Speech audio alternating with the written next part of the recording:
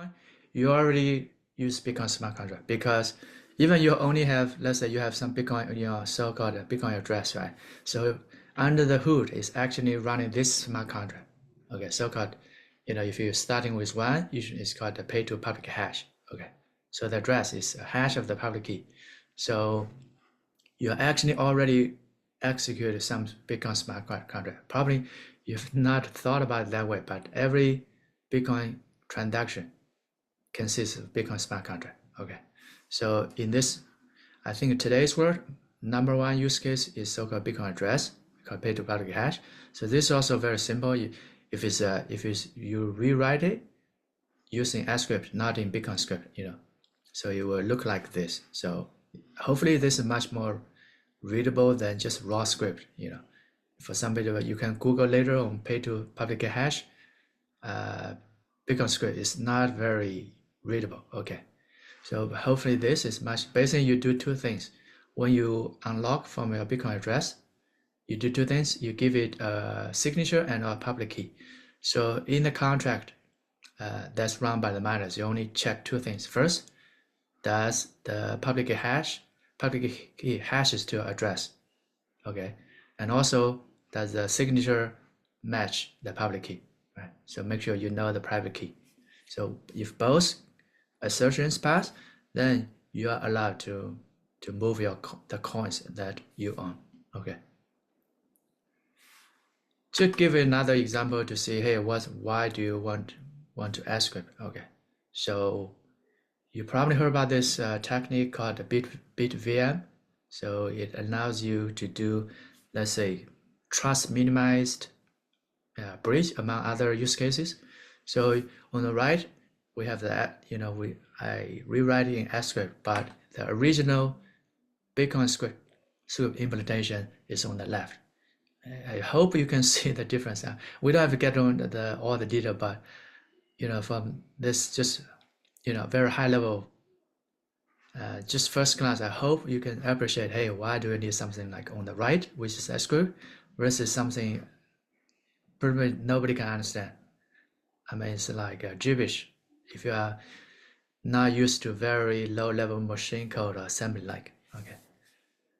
So another use case is, people always talk about, hey, what OPCAD can enable is so-called covenant. So if you want to write in script manually, that's what it looks like on the left. Okay, so it's very difficult. Even to me, I've been using Bitcoin script since 2018. It's very, very, very difficult to understand, also to reason about, and there's no toolings to write all these things. Versus if you can write this equivalent code using TypeScript on the right. Okay, so that's just another example. And one more example, Vault. So for people who have not heard about Vault, basically it's when you have a Bitcoin, right? Usually it's locked by some, your Bitcoin address. So anybody who has a private key can take it, and then you can easily, the hacker can easily, they can have very many ways to try to steal your private key and then steal your coins, right? Not your keys, not your coins. Of course, vice versa, right? If you lose your private key, you lose your Bitcoin. But this basically is a more make self-custody more secure. Basically, if you lock into this contract, the vault, so basically whenever you want to withdraw from it, you have a cooling off period, and it's customizable. For example, 24 hours or 48 hours. So what you can do is you can set some kind of alert. So if any time somebody initiate a transfer request, you're going to maybe get a message from your phone or your email, and you can verify, right? So if it's you don't have to worry about it, but if it's not authorized by you, so hey, something's missing. Probably somebody already hacked your private key. It's already compromised. So you can pretty much stop the hacker and then override it and move it to the Bitcoin into your another key you control. Okay. So if you want to do it in Bitcoin script, it look like something on the left, which is super complicated, but at least on the right is much more manageable. So another example, I don't have to go through all of this Merkle trees. If you do it Bitcoin script, it's also difficult. But if you have, sCrypt library, this should be trivial to anybody who has code in any kind of a object oriented programs. You can even go, as advanced as the most complicated type of so-called smart contract in the entire crypto space, including Bitcoin, Ethereum, Solana, anything you can think of. This is probably the most complicated, smart contract ever. So-called zero knowledge proof. You want to verify this on chain. Okay, so people already have done this on, using Opcat, using our tools. Already programmed this the so-called zero knowledge proof verifier directly on chain. Okay, so this is also doable. The most complicated contract you can program using sCrypt on Bitcoin. Okay, but of course, assuming you have Opcat. All right, so far so good.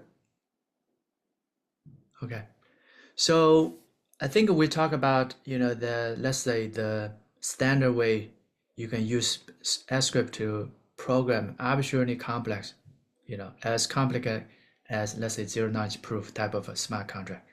So then there's still some missing. Now I have the contract, I can program it, but then how do I, let's say, deploy it? How do I call it? All the normal developer workflow you should experience on if you are developing any smart contract on any chain, right? It's just one piece, but there's some other pieces that are missing. Okay, this is a standalone piece. You can have your contract written in TypeScript, but what else? How do I deploy it? How do I call it? How do I test? How do I debug? So that's why we're going to cover, hopefully, in the remaining, part of the talk. Okay, so anybody who has developed on Ethereum before? Anyone? Okay, so you're all Bitcoin native. Okay, that's good. Okay, good, great. Okay, at least No, XiaoHui, actually a lot of people, more people have developed on Ethereum here than Bitcoin. nice. More So like deployed. Yeah. nice, awesome. So now I see a lot of people raise hands. So if you have ever done Solidity using any kind of like a framework like Truffle or whatnot, this should be very familiar to you because this is the exact model. You have all this abstraction. For example, usually you have a signer, which is abstraction for your wallet, right? Could be in Ethereum world, it's a MetaMask or whatnot. Okay, and usually you have a provider. Basically, as the name suggests, it provides access to the blockchain, right? You can read from it, you can write to it, right? Usually you may have some kind of injected provider, either from, for example, if you have an inferior account, right? You can get some kind of API key, and then you can, with a 1 line or 2 lines code, you can initiate your provider. Okay, and also any smart contract code you write, you're going to deploy it, and so once it's on chain, you can almost like in the object-oriented program, it is an instance of that specific class of smart contract. Okay, so we pretty much borrow all these good abstractions from the Ethereum developer world, and that's how it looks like. So if you have developed anything on Ethereum, hopefully this should be similar to what you have seen before. Okay, so previously we have this hello world contract. Okay, so you can instantiate it, and now it become an instance. Okay, so you can set up a signer. In this case, we just directly use a private key to create a very simple local wallet.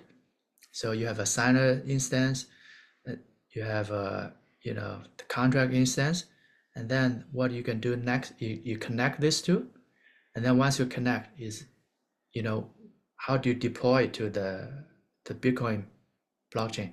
You just call this just one line. You just say, hey, deploy. You give it one parameter, of course, how many satoshis you want to put in it, but that's it. So the deploy now is just one line after you set up everything. Okay.